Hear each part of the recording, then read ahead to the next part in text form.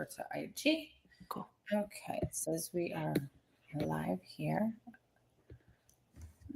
Okay. Give us just 1 second to connect live on everything. This is Levels Without Limits. I am your host, Amanda Marino. Okay, we're officially live on Instagram as well. A beautiful, talented woman, Britt Piper, on with me today. Welcome to Levels Without Limits. If you'd like to introduce yourself to everybody. Hi. I'm excited to be here. Yeah, I'm Britt Piper. I'm a somatic experiencing practitioner, author of The Body First Healing, and a trauma educator and survivor. My sister's name is Brittany. Just saying. I love that. Beautiful. Yeah. I'm very excited to have Britt here today. We have been connecting for a bit and getting this scheduled on a special day. And I know we're usually live on Tuesdays, but we wanted to accommodate because I just think you have such a powerful message to share. I asked before, I always ask people before they come on, are there some questions that you want to be asked? And I loved your answer. What was your answer? The answer was somatic healing and healing trauma through the body, through the nervous system, which I think is such a different approach than what we're traditionally used to. And you said you were an open book. That was my favorite part. I did. I said, I'm an open book. I will talk about anything, any and everything. Yes, I am the same way, whatever. I mean, I just feel like that's the way for me to be, to truly be there to help others, like just sharing my truth, and there's nothing off the table. For sure. So for anyone that is maybe watching, like, where would you want to start with heal and regulate your nervous system? Like why is that so important? And why is it not something that's, a first thought or first place that people would go, right? People usually have to go through a number of things to come to the somatic healing and working on the nervous system. Yeah, that's a great way to put it. I feel like people kind of fall into this work after they've tried everything and they're like, I'm at a crossroads. What do I do? And there's this one thing I've heard about. Maybe I'll give it a try. So that was certainly the case for me. I had been in and out of traditional therapy, conventional talk therapy for most of my life. I experienced different forms of trauma from birth. I was taken from my mother at birth and put into foster care because there was methamphetamine found in her system. And I was separated from her for a number of months. And so there was, of course, like the attachment wounds there. Now, of course, I didn't realize that this trauma actually played such a huge role in my life, my subconscious patterns, these inherent beliefs I had around being not good enough. So that definitely was something I explored later in my 20s. But I had more of like the acute or the shock trauma in my teenage years and when I was 18 years old. So I lost my brother in a car accident when I was 15. Oh, wow. And then when I was 18, I was sexually assaulted by a stranger who helped me change my flat tire. And there was the assault, but then there was the aftermath, which was the whole trial and the whole judicial process, which took about roughly 2 years. He was ultimately sentenced to 60 years behind bars, but the aftermath, I feel like, actually was more debilitating, was more traumatic than the event itself. And so, I fell into some really just unhealthy patterns of learning how to cope. And that showed up as, alcohol abuse, pill addiction. I was really struggling with severe eating disorders. I found myself magically in these abusive relationships, which now as a practitioner, I know why. Yes. But after my brother passed away and the assault happened, at the time I was on a lot of different medications. I had received diagnoses of PTSD, and now all of a sudden you have anxiety disorder and depression. And it helped for a time. It helped get me back to baseline. But then I would still fall into these patterns. And it wasn't until I started doing some somatic work with a somatic therapist that things really started to change, of processing essentially trauma through the body, through body memory, through nervous system regulation, realizing, I'm still stuck in a state of survival. Yes. That's what we're into as abuse survivors. Yes. Kind of a survival mode. And it's interesting. I'm just going to backtrack to where you talked about with the court process. So I shared with you before, my abuser was ages 4 to 7, and I had to 18 to to take him to court and follow that, but he had already abducted my Brit, my sister, and taken her to Canada for a month. And then he was deported to Canada. And then I just decided, after all that I had gone through, that I didn't want to go through that part. But not that it was like okay for him not to get also, that as a charge, but you kind of just I had goosebumps when you were sharing that, because or like body sensations actually, of kind of like, well, I wonder what that would have been additional, trauma to add on to myself. It was a very different situation, but I had a choice till 18 and I decided not to. And I think that word right there is choice. So after the assault, after the trial, I was in college at the time and I switched majors. And so I ended up earning a degree in women's studies with concentrations in gender-based violence prevention. And I went on to work in rape crisis and trauma centers for many years, home and abroad.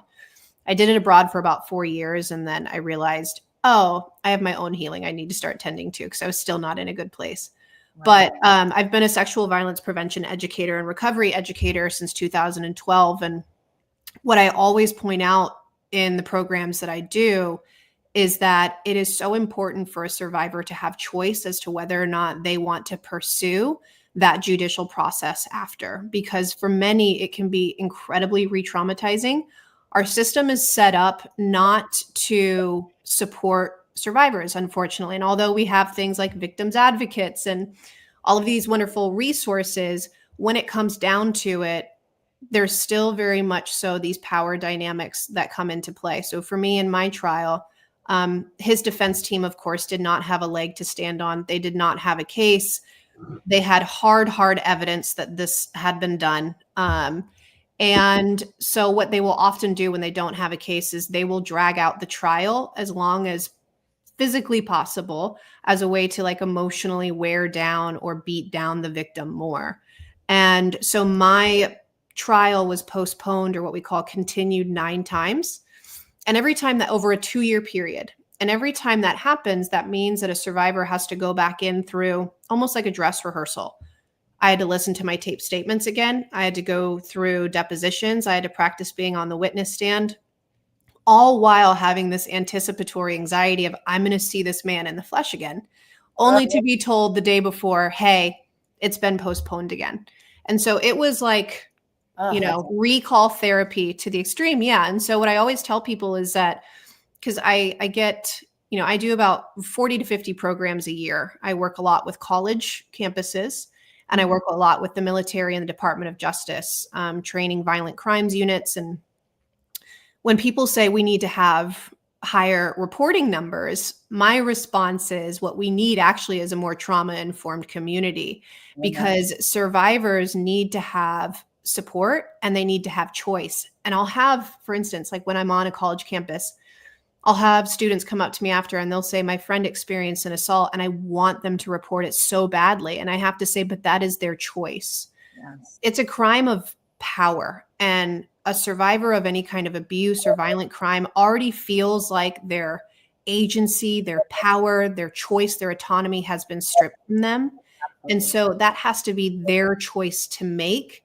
And also, there are other ways to seek justice. It doesn't just have to go through a judicial process, which often doesn't lead to any kind of criminal justice. My case is rare.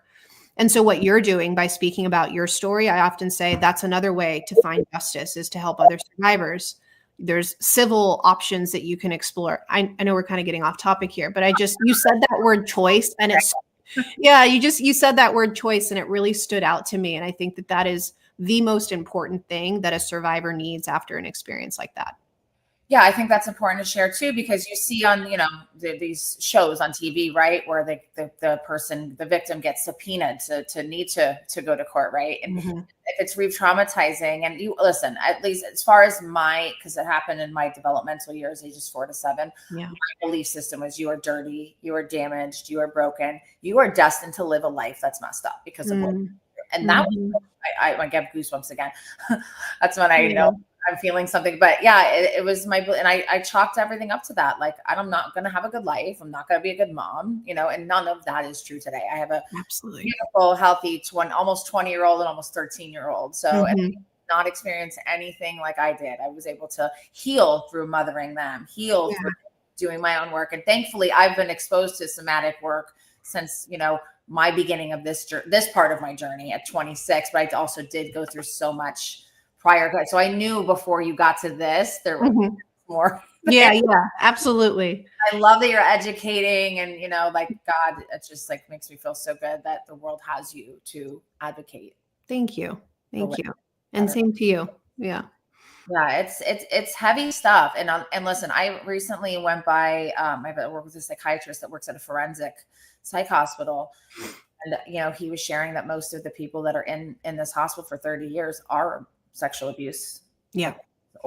Or rape or, any of that. And that could be, I saw that, I was like, that could be me. Yeah, absolutely. That I got out of this and I can talk about it and maybe help somebody. What do you feel like was the most important, or maybe the most impact? And I know it changes with seasons of healing, but what do you feel like has maybe been the most impactful part of your healing? Was it like a certain modality or a certain, I don't know, because for me, there was certainly a turning point in my season, but I'm curious if there was a moment that stood out for you. Becoming a mom, and for the first 18 months of his life, believing I was going to be a terrible mother, because I also believed if you were abused, you were going to abuse. Another thing that was just like a story. So healing through mothering, and kind of like different seasons, different things, in 2011, I went to Jamaica for a month and did a yoga training. I've all kinds of therapeutic things, all kinds of like fun, breath works, just all different seasons, different things. And I still stay open to that. You know what I mean? I think at different seasons of our life, what can work for us, or what, I'm always open-minded to try new things. Yeah. Yeah. No, becoming a parent is, incredibly powerful and healing. And there's a lot of science behind that. And I think that that's why, one of the other modalities I mentioned before we got on that I'm trained in is internal family systems therapy, which is like, parts work, younger you, inner child work. I think the reason why it's so helpful is because you're often able to give yourself the childhood that you never received and the childhood that you still deserve. And the parts of the brain that are really present and developing in childhood, they have huge spurts of growth and activity when you become a parent, because those same parts of the brain start to become alive again as we're experiencing something called mirror neurons or mirror synchrony or affect synchrony with our kids. We're so attuned to what they're experiencing that for a lot of us, those developmental experiences that we didn't get to receive, it's like those younger parts of us are now getting to experience it within the brain. So true. And one with my son, it was like he helped save and change my life, right? And then I had a daughter at 30. So I had him at 24. I had a daughter at 31. And now my daughter's, I've walked her through all those years that were hard for me. And she's in middle school and she has like a rock solid head on her shoulders. Like she got bullied. I talk about this all the time. She got bullied. It literally bothered her for 5 minutes. Yeah. Like, that is not mine. I'm going to pray for them. I feel bad for someone that feels that bad about themselves. I was full of that at her age. Yeah. Of what I believed about myself. I believed I was dirty, broken, damaged. No wonder they're going to call me a hoe when I know the boy, because I already am. Right. My daughter, though, she's like, nope, that's not mine. 5 minutes. Like, nope. That's incredible. I know. So she's been also so 7 years later, difference of ages of my children, like been able to also help heal the little girl part. Right. Was still in there. Yeah. Well, and that shame that you have, or that comes up after abuse, especially in developmental years, and I see this a lot in my practice, that often it makes sense because on a subconscious level, it's like our children we're biologically hardwired as humans to need our caregivers. Right. I remember when my kids were born and like seeing the whole eye thing where like they come out and they seek your eyes out and then they look at you and it's like, oh my gosh. And, they remember your smell. I mean, instinctually, they are drawn to you for survival. And the attachment research shows that in huge, huge numbers. But so when the person that you are afraid of and the person that you need to seek danger from is actually the same person that you're hardwired to seek for safety, it can Yes. become incredibly confusing. And in a child's mind, they can't rationalize that they're not safe. And so instead, it becomes very easy for the child. And they say that often when we're in our childhood years, we are in our narcissist years because everything is ego driven, right? So if mom and dad are yelling, mom and mom, dad and dad, whatever are yelling, if parents are yelling, then it's about me. It's my fault, right? I am wrong. I am bad. And so it's not so much that they did something bad, it's that I am bad. And that's an easier pill to swallow for a child rather than the swallowing the pill of the person that I seek safety and attunement and attachment from in this life is the person that is wrong. So yeah, that makes a lot of sense that we internalize others' bad behavior, especially our caregivers, as our own fault. Yeah, and I remember just not like, besides my mother and my godmother, like not being able to trust any adult. Like Mhm. didn't have that. I didn't believe them. I didn't trust them, because just what I've gone through, like, Yeah, so I had some kind of, maybe it was spiritual insight back then, but like to be able to put some blame on some of the adults, but sure. also felt awful inside, Yeah. Yeah. Yep. my life for a long time, until Mhm. about 20, 26, Yeah. 44, Yeah. and now it's my superpower. Mhm. I would never wish what I went through to anybody, and I'm sure you can relate to this. So like when individuals come to you for the work that you do with somatic healing and healing the nervous system, like where do you recommend someone starts? Yeah. So I have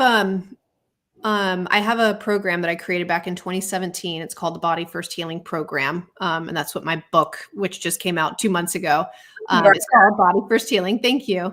And it's a And I'll put it in here after for people too. And if okay. you have any questions for Britt, please share them here, and I will make sure she sees them.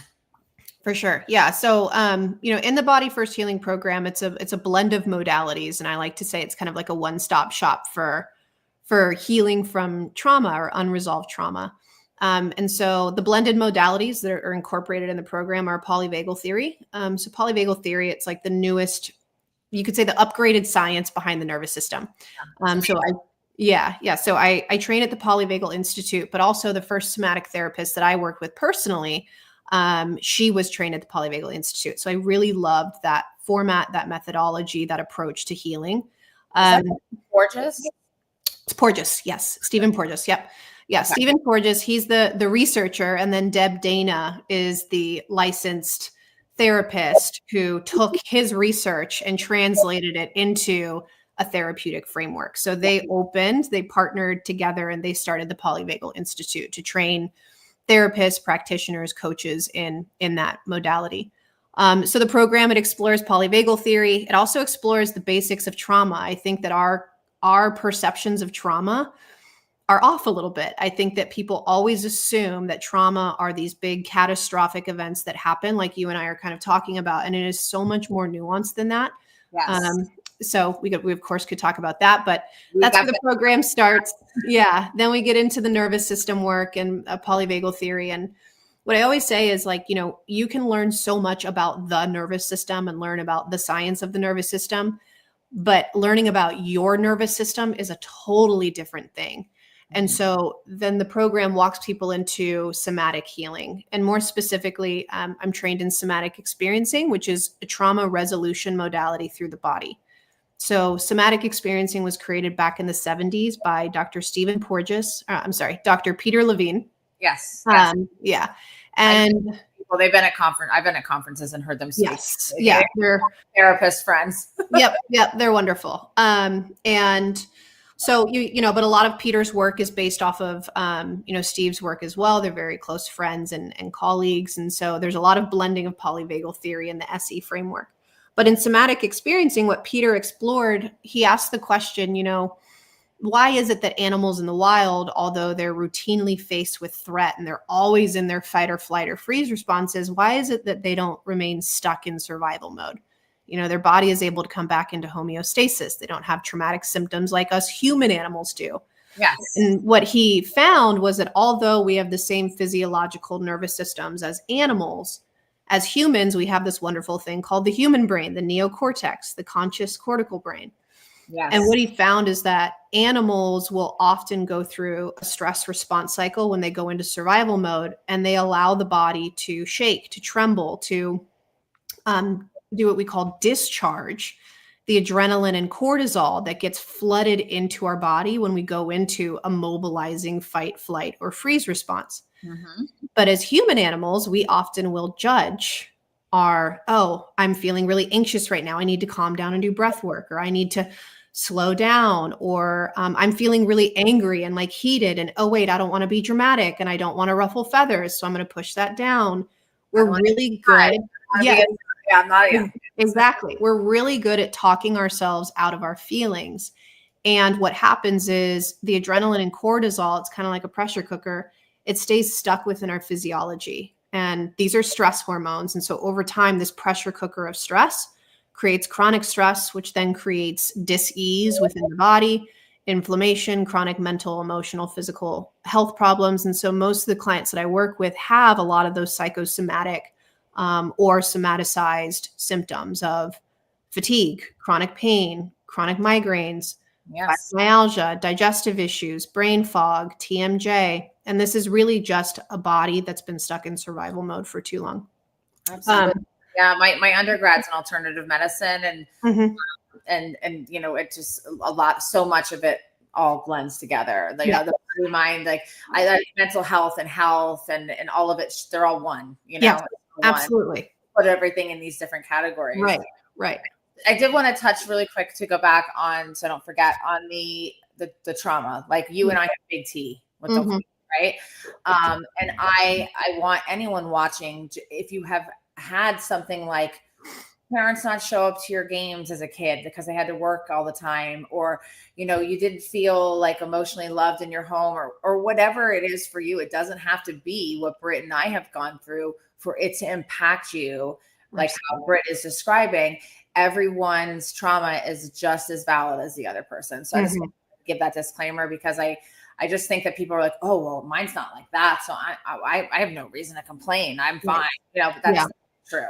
Yeah. So, yeah, there's an entire section on my book where I talk a lot about like what trauma is and the common misconceptions that we have about trauma. So first of all, there's direct trauma, which is kind of what we're talking about, is things that you experience directly, whether it's acute shock trauma, like we're mentioning, whether it's chronic trauma, which happens over time. This is not an event like shock trauma, but it's an experience that happens over time that starts to create dysregulation in the nervous system. And then, of course, there's complex trauma. But there's also indirect trauma. So indirect trauma is like collective trauma that we experience as a community, or as a race, as a gender.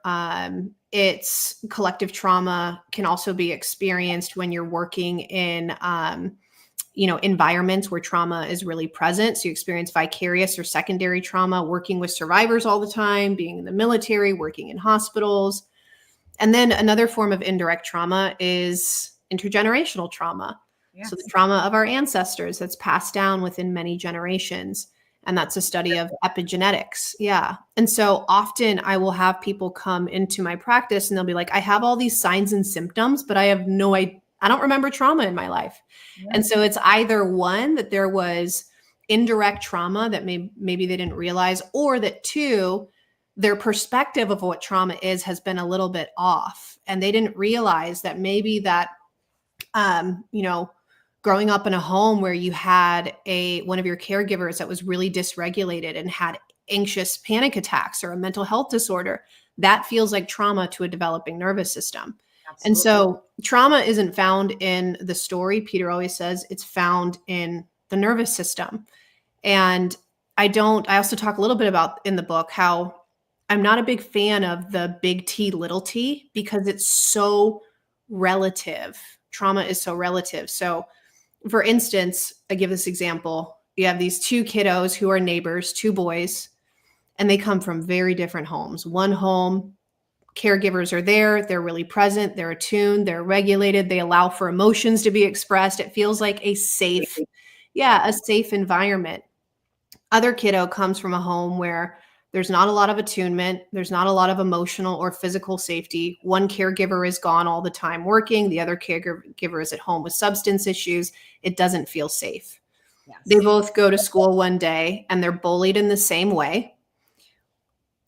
First kid goes home. Parents are there to meet him with love, to help him like cry it out, get it out. And they're there to co-regulate and help his nervous system come out of that stress response. And so he goes into, I'm okay, I'm safe. Just like I shared about my little girl. Yeah, exactly. Yep. And so for him, that might not feel like trauma when he looks back on his life. But for kiddo number 2, he goes home to, there's not a parent home and the other parents sleep on the couch. I go to wake them up and they scream at me. They tell me to take my tears somewhere else to get out of their face. I go into my room, I hide, I isolate, and I'm still shaking. And I'm now stuck in this stress response. I never take off the armor of the nervous system in survival mode. And so they might look back on that experience as that was a traumatic situation for me. And so that's why I don't like to compare trauma. And I tell people whatever feels big or small to you is big or small to you. And that's really all that matters. And it's because I do a lot of work with like whole families, like with the intervention process. Like, we usually involve multiple people. So I see the same thing you're saying with siblings. Yes. Their perception, like they're in the same home, they have the same parents, and they experience completely different things. And what one sees as like, oh, this was supportive, the other sees, and that's okay too. That's your truth, Absolutely. Yeah. One doesn't have to validate or invalidate the other. And I think it was Gabor Mate who said that no 2 children come from the same family, because the parents are in different seasons of life when you're born. And also, how was your mother's stress levels when she was carrying you in the womb? Those things. What was your birth like? So in somatic experiencing, we do a lot of work with birth trauma because we work with body memory, not so much explicit or verbal memory. And body memory starts to form at 7 weeks in the womb. And so even though you might not remember your trauma, and especially when we have big events, those memories can get fragmented. The body was still there to witness it, to experience it, and it knows how that felt. And so we can work with body memory to resolve trauma, which is great because that means for a lot of people who either 1, don't remember, or 2, don't want to go back to the past and, recount all of those things. That means we don't have to go back to the hurt in order to heal, which can be really, Do you think there is a benefit in your professional experience in someone who remembers all of their trauma very vividly, like can go back to it, versus someone who it happened at too young of an age and they don't remember anything, but they know consciously what went on because of the stories and the family and things like that? Do you think there's either one in the healing process that's better, or not better or worse, but maybe it's probably all unique in a person, but I'm just going to let you, your thoughts on that. Yeah. So, I like to say that remembering is not the same thing as recovering. And a lot of people, when we don't remember consciously, people are like, I want to be able to remember. So I do a lot of memory reconsolidation trainings with the violent crimes and military, and helping them in their investigative procedures to explore implicit memory, body memory, to create or to gather evidence when it comes to investigations.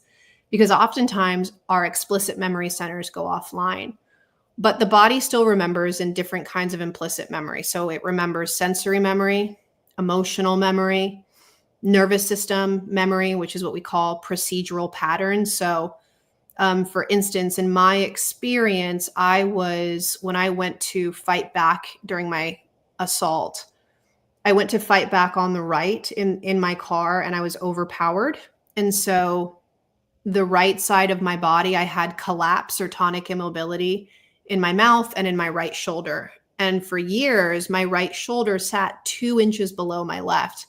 And I was like, maybe it's because I'm a waitress and I always carry my my tray on this side. I went to like umpteen chiropractors and they were like, we don't know what's going on. And it wasn't until I had started working with a somatic therapist that I realized my body is still stuck in dissociation in these parts. in my joints, in my shoulder diaphragm. And so that's body memory. So so traumatic memory shows up in our posture. It shows up in our viscera, our organs, our joints, our muscles, our fascia. And so we call that procedural patterns, which are the patterns of the body that are subconsciously happening that we don't always notice. Right. And then lastly, there's emotional memory. So whether or not we can consciously recall in the somatic space, we work with not conscious memory, but the implicit memory. And in the book, The Body Keeps the Score, Bessel van der Kolk says trauma doesn't come back as a memory. Yeah, it comes back as a reaction.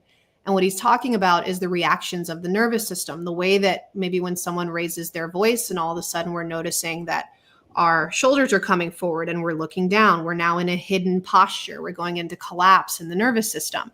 This is a procedural pattern. And so in an SE session, what would happen is instead of going into what we call the trauma vortex, which is very dramatic, instead of going into the deep end of traumatic memory, verbal memory, we go into the shallow end, and we will instead work with present memory. And we'll say, what's a moment recently that really, that was unpleasant for you? Or what's a pattern that you've been noticing recently?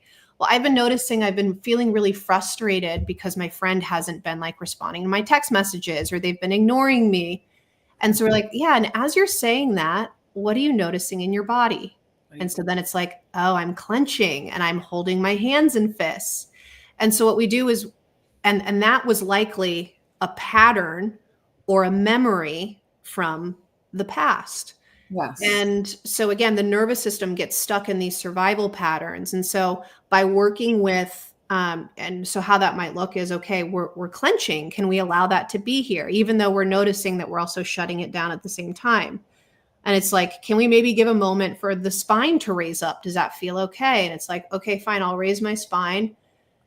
Then it's like, oh man, I'm feeling my heart is now racing out of my chest. And so we're allowing for a bit of a fight response, which was maybe thwarted back then, to come back in the here and now. And so I don't know if this is answering your question, but all that to say, it's great. It's fantastic information. And it's definitely explaining a lot, especially to people that have never heard of any of this, it's so helpful. Mm-hmm. Yeah. So, we don't always have to work with verbal memory. For some people, they want to.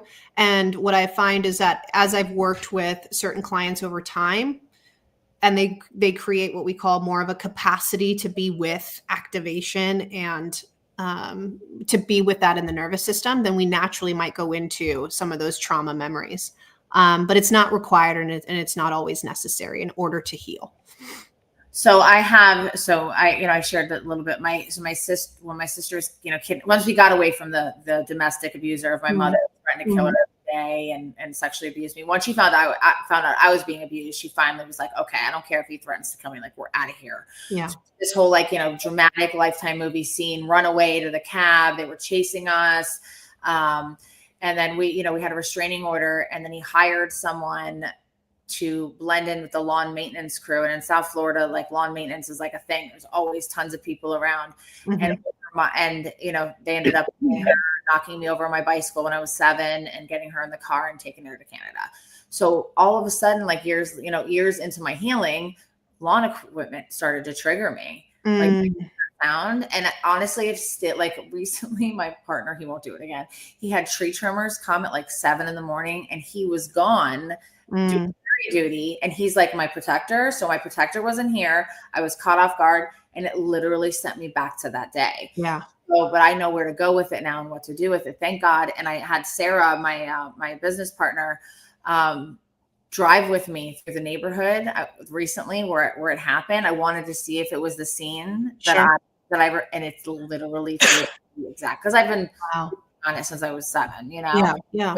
Literally that scene, and it was healing for me to go there and see it, That's okay, Yeah.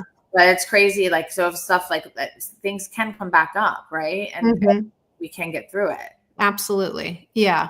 Well, and I think what's important about what you're sharing is that you were able to go back to the memory, and I would assume, and also go back to the place and have it feel different than it did back then. Yes. And that's what we're always searching for when we do this work is like, and in this moment, how does this feel different than it did back then? Do we still feel like we're closing down? Do we still feel like I just want to run away? Or is there a part of you that feels different, that feels more resilient, feels more, whatever that might be? Yeah. Yeah. I felt I had my best friend and business partner. So I felt fully supported. Yeah. I felt like, okay, it really does look exactly like what I play the tape of, and the work I've done. And it was actually a little bit comforting to go back there and see it in the version that I am today. Yeah. And how far you've come. Yeah. I love that. Thank you for sharing.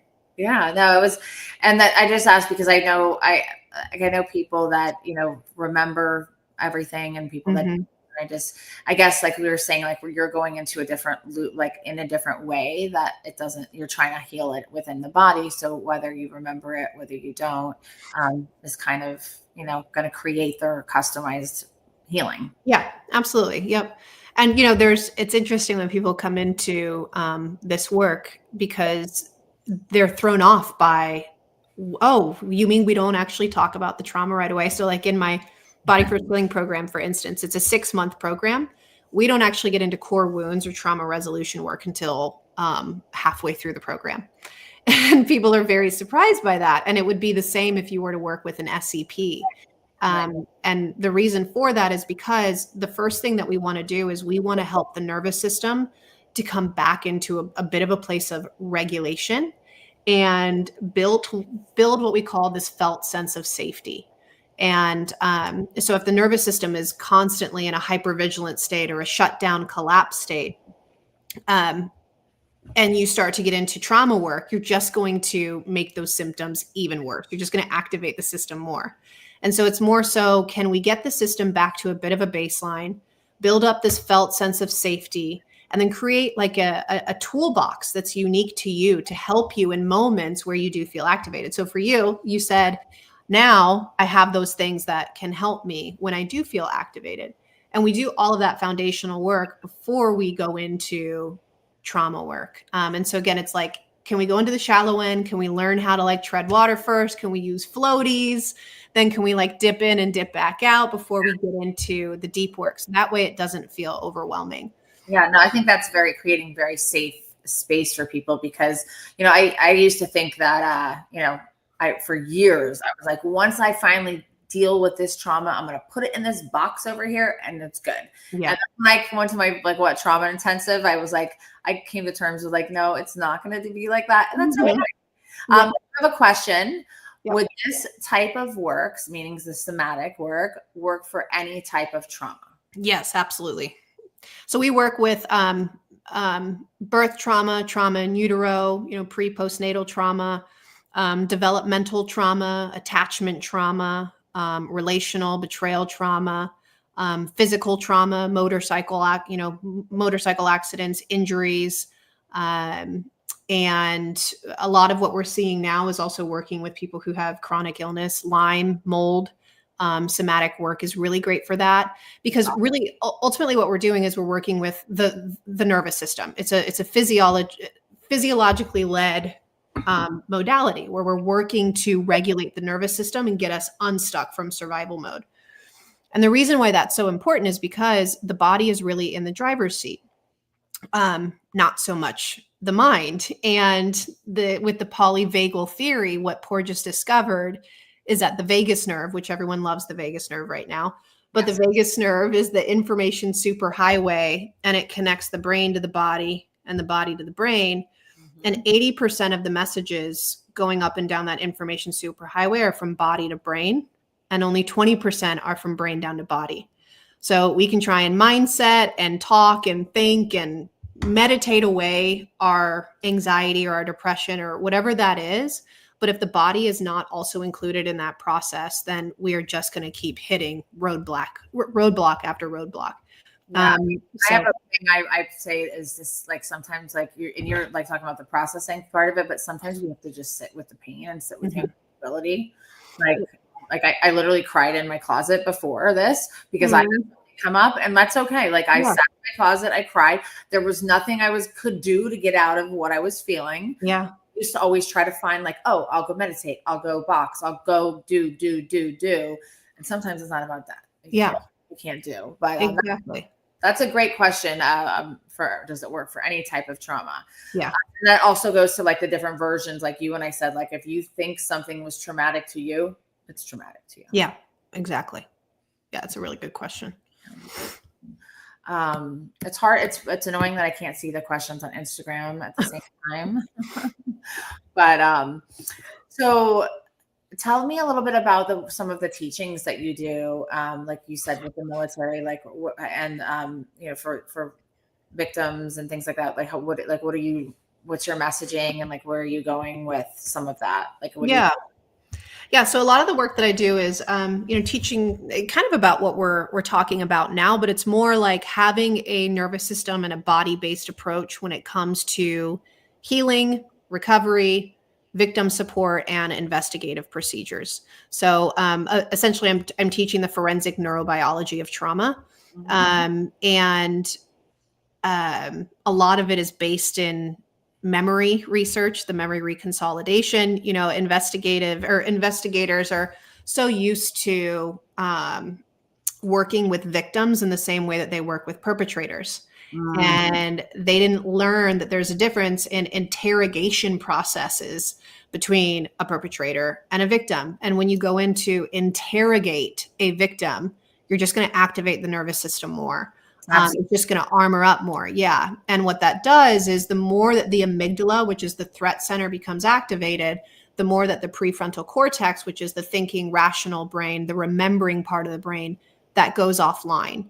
And so it's more so about, first of all, them understanding the forensic neurobiology of this, why it's so important to create an environment for survivors to feel attuned, to feel safe and supported and connected. And that how that helps the survivor to then be able to access parts of these memories that are really important for investigative procedures. And then have that choice, like you said. Exactly. That choice, right?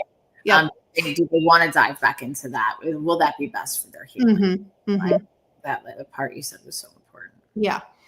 Yeah. And then just working with, licensed, I do a lot of trainings with social workers and people who work in this space and work with victims and survive. And I use the word victims a lot just because that's what we use in that space. But for honoring sake, we can say survivor.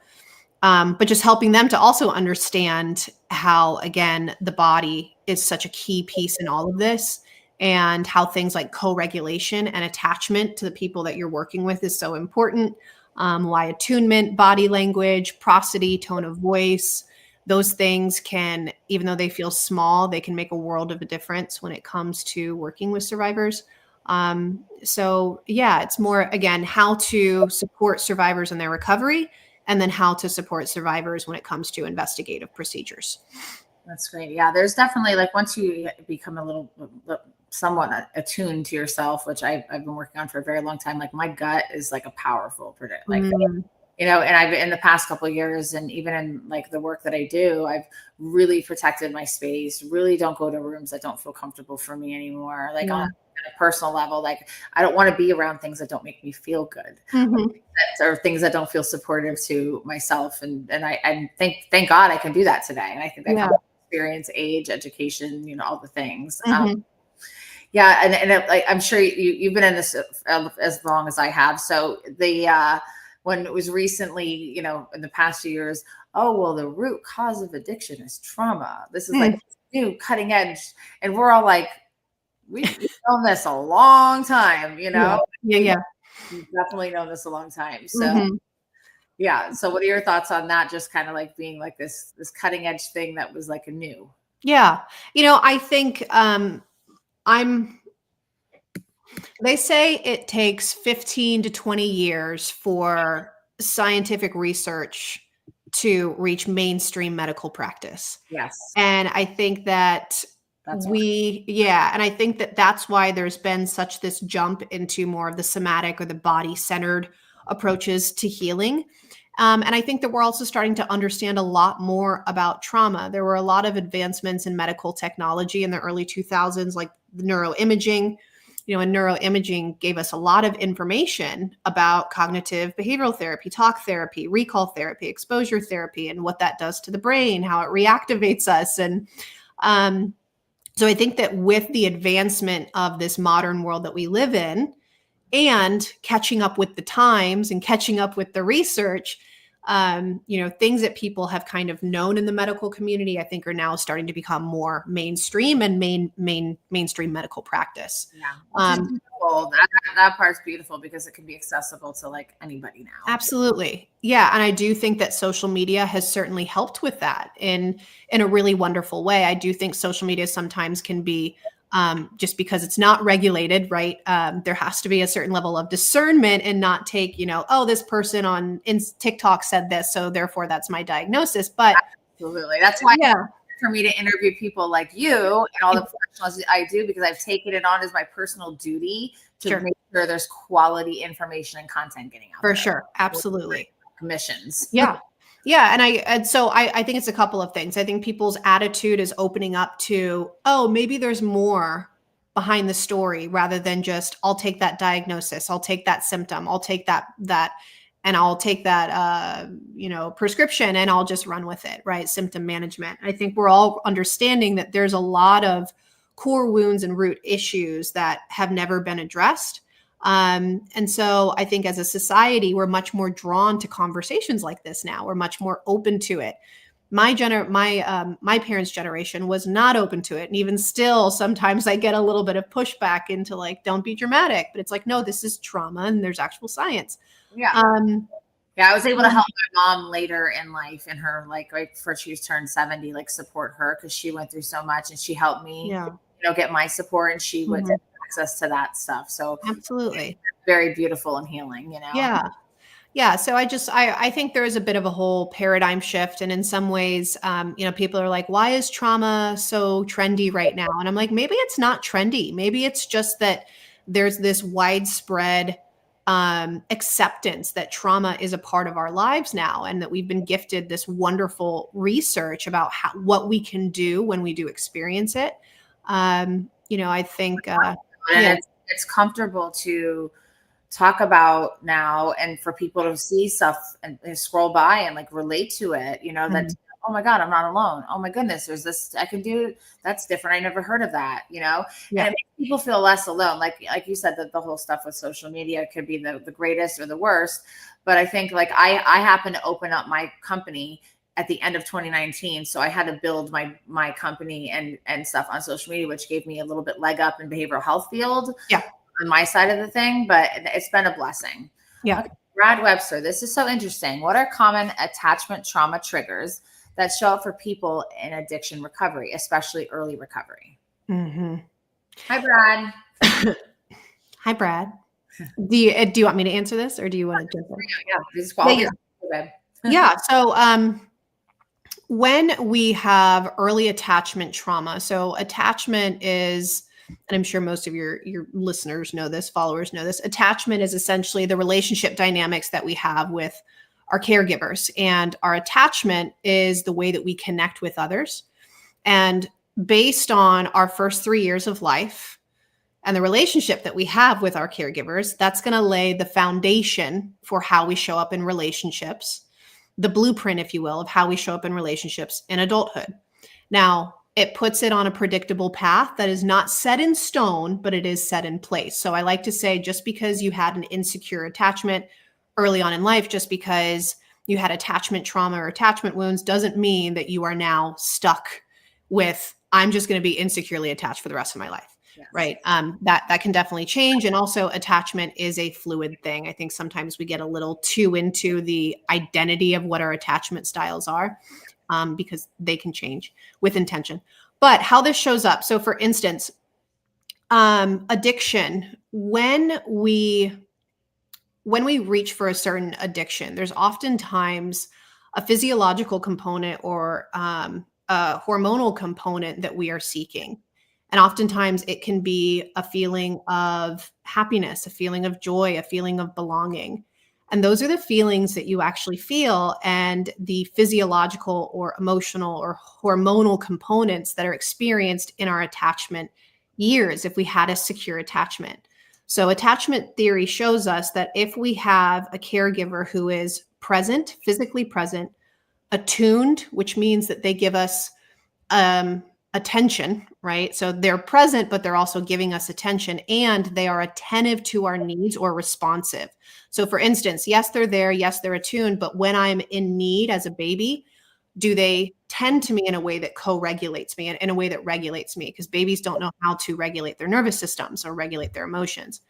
If they are consistently, and the word is consistently, which means there's room for grace here, right? We're not always present as parents. We're not always attuned. We're not always attentive and responsive in the ways that we need to be. Yeah, we do but we mess up. Yes, exactly. We mess up. There's room for error. We're learning. But if it's a consistent no, then what happens is the child will have what we call an insecure attachment style, where they feel either anxious in the world, in relationships, and in their own body. They might feel avoidant, which is where they push people away. Or they might be disorganized, which is where they're really confused and disorganized around love and connection. I want people close, but when they come close, I push them away. It's what we call the push and pull dynamic. I just can't figure it out. I'm hot and cold in relationships. Yeah, that one's hard for me to vibe with, because I'm like, once I'm here, I'm consistent. Yes. Yeah. But a learning process for me with avoidant or the push, come and close, get away. Like, that's tough for me. Yeah. Mine was, my attachment style was definitely anxious. That was more of my dominant style until I kind of had that earned secure attachment, with my husband. But what we find is that if we lack attunement, attentiveness, and responsiveness and presence from our caregivers early on, then later on in life, what we will do is we will often seek for things that bring us that, right? Because that wasn't developed within the brain structures. And so when we look at things like addiction, substances, alcohol, and again, in dealing with pill addiction and substance abuse, my alcohol addiction was so bad that I ended up in a hospital with where I flatlined from alcohol poisoning. I was in AA for a number of years, and it was just this really vicious cycle. And I realized that it was less about the alcohol and more about what I was feeling when I needed the alcohol, which was the fear and this isolation and feeling alone in my fear. Yeah. Right. And so we often will, reach for the things that were not given to us early on in childhood. And it will provide for us those feelings of belonging, those feelings of love, those feelings of worthiness for a temporary moment. And I've certainly seen that in my family dynamic as well. My mother, her addictions, which she and I had many conversations in preparation for my book, and she was willing to be interviewed and talk about her experience. But her addictions moved from drugs to then food, to where she had to have gastric bypass surgery, to then alcohol. And it was never about the substance, because you just jump from one substance to the other. We call it, symptom substitution. And it doesn't have to be substance. It can be then, like, now all the process addictions, right? There's like all the things that aren't like things that are virtual, that are or phones, phone, TV, pornography, shopping, gambling, right? And what do all of these things give us? They give us a temporary moment of relief, a temporary moment of distraction. And so I find that it's less about, like, the addiction isn't the problem. The addiction is actually the solution to whatever your problem is. Yeah. And it's about asking the question, what is this thing providing me that I never got? And how can I find, and often that ties back to attachment. And how can I find ways now in my life to create more of that belonging, more of that bonding, more of that love, connection, safety, whatever that is. Yeah. So to just come full circle on his question, what are the common triggers, attachment trauma triggers, that show up for people in early, in their early days? Is there anything specific that you see in that time? What are common attachment trauma triggers that show up for people in addiction recovery, especially early on?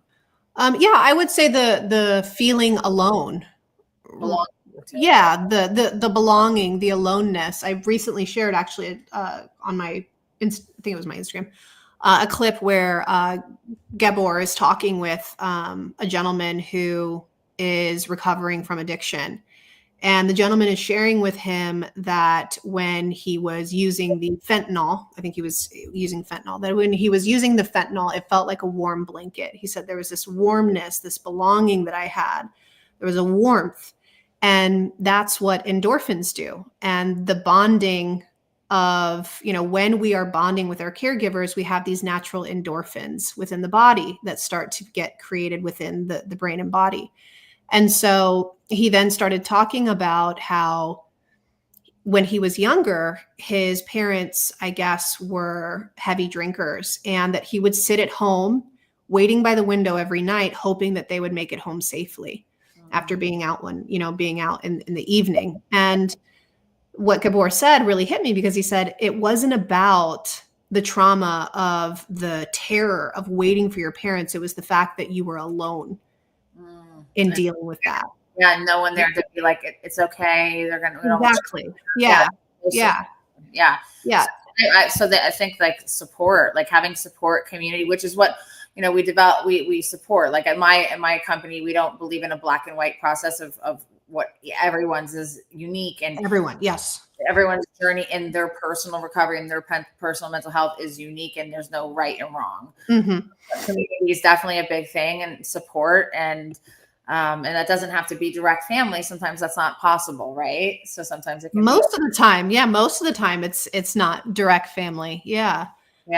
We try to work with the whole family, like to make sure that like not just the identified person, but the other people's are, because it didn't take this one person alone to get to this position, right? Yeah.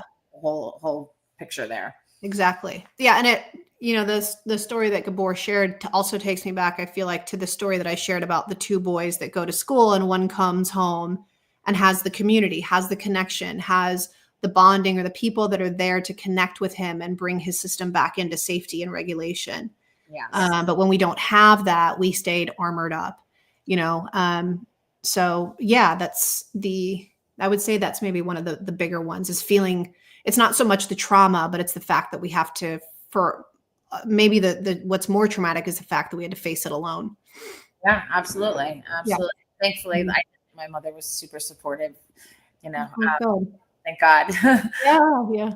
So how can people find you? After this, I'm gonna share links on like places like LinkedIn and things like that.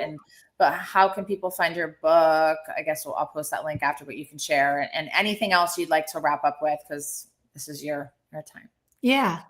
Well, you can find me at bodyfirsthealing.com, online at bodyfirsthealing.com. And that's how you can find out more information about my book, or how to work with me, excuse me, or the work that I do as as an educator. And if you want to connect with me, you can connect with me on social media at Heal with Britt, with 2 T's, which I put on here under my name. And I also went and put on Instagram separately, and I put it on here too. Perfect. Yeah. So on social media, I share just a lot of educational content, a lot of science, a lot of tangible tips, and a lot of just relatable shares of my own healing as well. So awesome. Yeah. Well, I mean, thank you for your mission and the work that you're doing. I mean, you're just thank you. I feel, super humbled and grateful to be able to spend this hour with you. I am feeling the same way. Yeah. Thank you. We'll connect further after this. Just kind of the way it goes. That's like, I love that. Like the woman I worked with last week, I had her on my live, Dr. Sherry. Like we were just texting after, like, like love. And I feel like that with you. Yes. I support you in any way I can. I want to learn anything I can, all those things. So I really appreciate it. I think that you added a lot of value to the internet today. Thank you. Yeah, let's definitely stay connected. You're in Florida? Is that where are you? I'm in Texas now. My husband's job brought us to Texas. Just because I come there sometimes. Yeah, I'm in Dallas, Fort Worth. Dallas. Okay. Yeah. So I go to Austin a bit, but definitely I travel for all kinds of different things. I do speaking too. working on a TED Talk, all Yay. that stuff. Yeah. So we'll definitely connect and see how we can support one another, or collaborate. If you ever need Yeah. another survivor, I say now survivor turned thriver. Yeah. Not just surviving anymore now, Mhm. So if you ever need somebody to support any of your events or like to be an additional speaker, I would love to support you. That sounds amazing. Yeah. And So, like I said, same to you. So I'm going to go look up all your stuff so I can share as well. But anything that you share, I'm happy to share on my end. So let's stay connected. awesome. Thank you, Britt. Thank you. So powerful. Sarah, my partner, was like super excited about you. She was like, "Oh my God." Well, thanks for the opportunity. Yeah. Yes. Thank you All so right. much, Britt. All right. Bye. Bye. Hold on, I'm gonna hang up on here. Oh. Perfect timing. Boom. Oh shit. That sucks. Sorry, I'm just finishing a live. 1 second.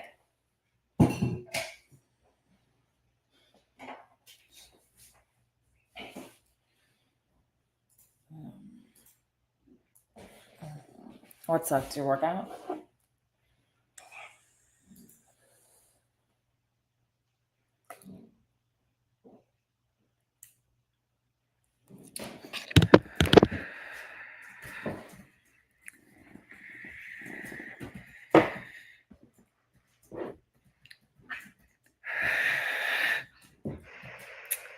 Hi. Sorry, Hi. I went over. Okay, I figured. I just couldn't find her phone number. Do you want me to? It's still streaming. Oh God, I better end this. Oh my God, I hope they cut that part out. End. Yes, end. Oh my goodness, at least Instagram's off.